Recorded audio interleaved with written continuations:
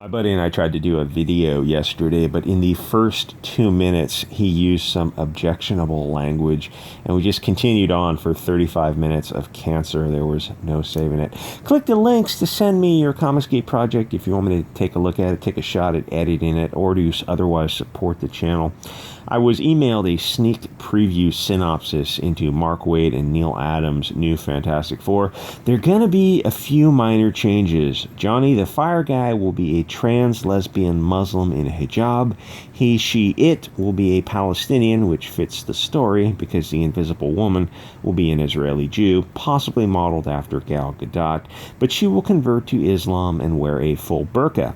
In keeping with the changing demographics of America, the Plastic Dude and the Thing will be played by Mexicans, but because Mexican isn't visibly diverse enough for modern comics, the Mexican characters will inexplicably look African, but they'll speak in Spanglish.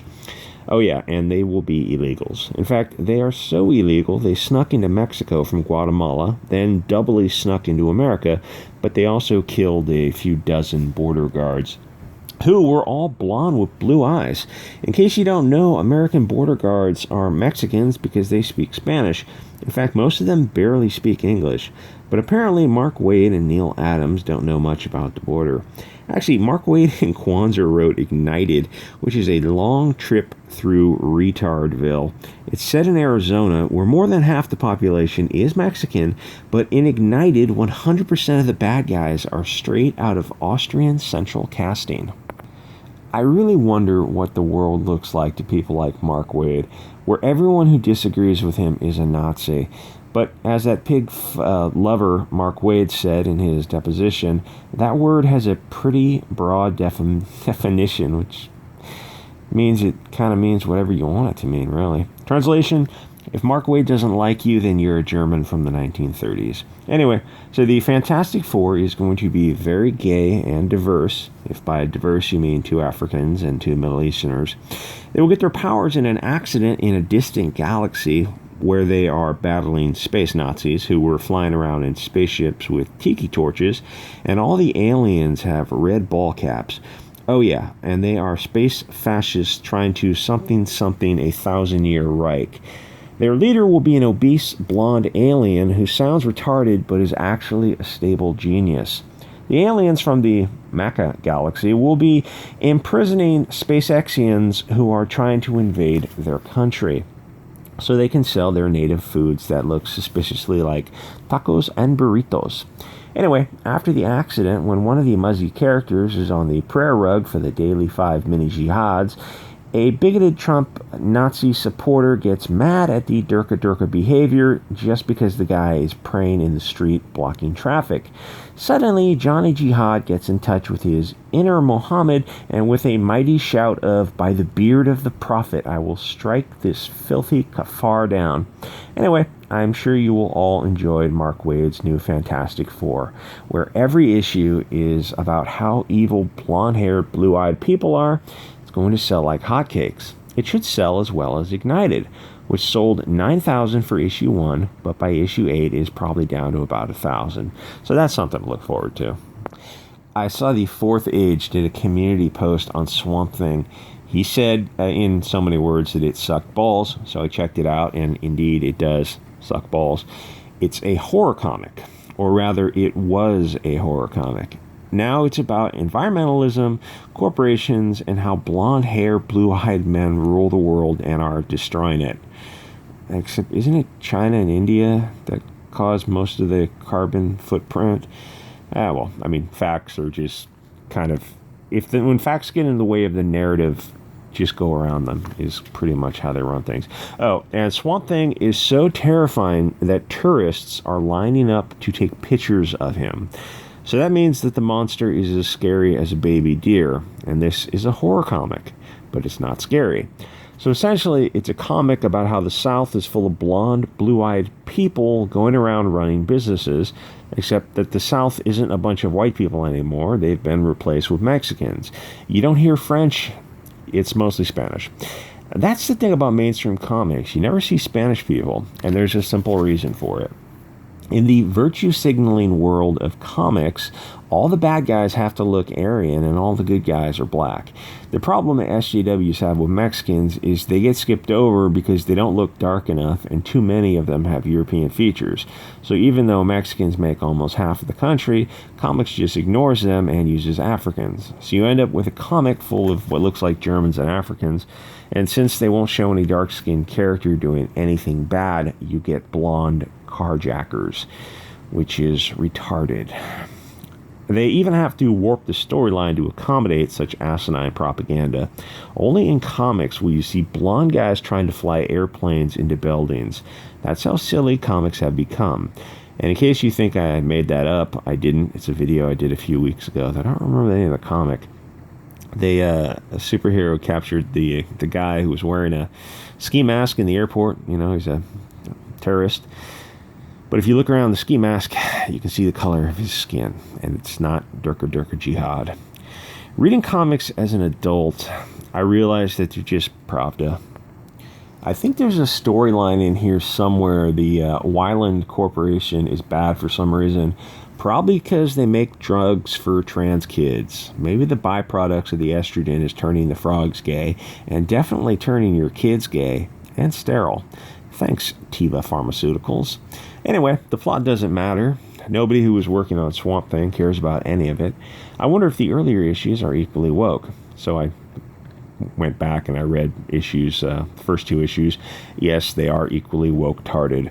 All the evil blonde people at the Weiland Corporation who only want to study the aliens and not just nuke the site from orbit or something like that. In issue 2, there are two insane blonde people who laugh at the thought of accidentally killing their father. Yes, really. And in issue 1, there's a wise African lady who is a walking cliche of witchy wokeness. Issue 3 is digital-only issue thanks to the filthy Chinese and their filthy habits of torturing and killing anything that moves F China. Oh no, that's istophobic. And? I was wondering, what if we just started saying, and? So what? To these people. It's istophobic. You're an istophobe. Okay, just for the sake of argument, let's say I agree, and we move on to the crux of the argument, the heart of the issues. Can we do that? No. Calling you istophobic is supposed to stop things in its tracks. But you call everybody istophobic. Literally, everybody who disagrees with you is a Nazi. Everyone. It's funny how Antifa, there's this guy, Andy Ngo, who's a gay Asian reporter. He shows the Portland police log. It shows these Antifa kids who get arrested and they take their masks off and they show them. And most of them are mentally ill. A lot of them are on meth. They're not just weed smoking hippies like it used to be. These are like methed out, mentally ill people with facial tattoos, and they're just, they're communists, and they're anarchists or socialists or whatever, and maybe they've read some Engels and all this kind of whatever. But they're also deeply, deeply disturbed. You can look on their face. They have that 1,000-yard stare. They have just their mind. They've been doing meth for the past 6 months, and before that, they fell into meth probably because they're schizophrenic or.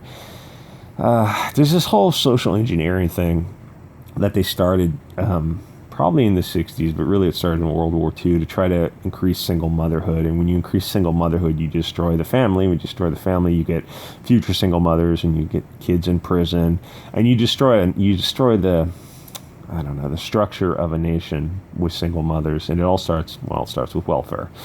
You give people welfare, that means the dad is not essential, the state is essential. So you've replaced one father that leads to a nuclear family for the state, which is just cold and heartless and just leads to crime and lawlessness. And it leads to a country not being a country anymore, but a commercial zone.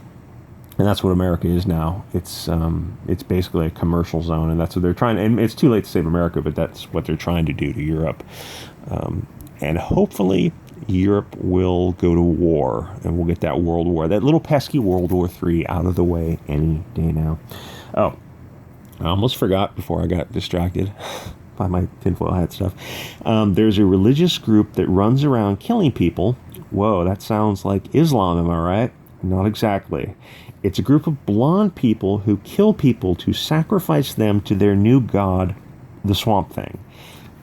Because blonde people are not only silly and easily brainwashed, but they're violent sociopaths, totally not Muslims. I have to assume that their primary goal in writing this stuff that is just this lazy is to maintain the IP, but then you wonder, why not at least make something that sells well? That's where they run into their second problem. They want to spread their globalist F blonde people propaganda, and before you accuse me of a tinfoil hat, find out for yourself. Read a selection of Marvel, DC, Image, Dark Knight over the past 4 years. Once you notice it, you can never unnotice. All right. Oh. That's his maid. Just, it's like they literally hit you, well, not literally, they figuratively hit you over the head with this kind of stuff. Antebellum, Black Maid. Come on, this is fucking lame. He's so scary that it's like just a college party to watch him. You've deballed him. Give him his balls back. Make him scary. Go through there and rip some arms and legs off. And all of a sudden you're scary again. That's all it takes. Oh, here, look, seriously. Well, you got one black guy. But who's framed up in the shot? The people of the light, who are cult members, but they've killed and sacrificed to their god. But they're totally not Muslims. All right. I pointed out I'm doing this blue eye stuff is because you notice who all the bad people are. Weird, they all have blue eyes. You'll never see so many blue eyes in comics. Even the one guy with dark hair has blue eyes. It's creepy. Once you notice this stuff, it is so... he says, you are not a monster, but a god. He says, I am no god. I'm just a mystery whom you built a team around. As I said, a god. Oh, F religion, am I right? Oh, okay, yeah. F the Jews and the Muslims. No, don't say that. We meant the Christians. We meant F the Christians, not the Hindus, not anyone else. But it's religion. All religions are basically religion, right? No, only the Christians. Oh, get fucked. These people are the biggest assholes. It's fun to point out their hypocrisy. Oh, this is issue 2 of the whenever they have an opportunity to portray black people, they portray them like this as just, wise and stable family life. And whenever they have an opportunity to portray white people, the first issue, they have the white family thinking they accidentally kill their father and laughing at it because he would want them to laugh at that. It's like, you're not preaching. You're not trying to sell this to retarded people. People aren't dumb. Maybe if you read one issue, you'd read one issue and this would just go right over your head. But once you read more than one issue, it's as obvious as a tank. Anyway, you can see this stuff pisses me off. Like, comment, subscribe. You want to send me something, Bianca Zombie 602@gmail.com, or hit up my P.O. box. Let me know if you want me to, I don't know, review your Comicsgate project or toss a little editing your way. All right, guys, I will see you all next episode.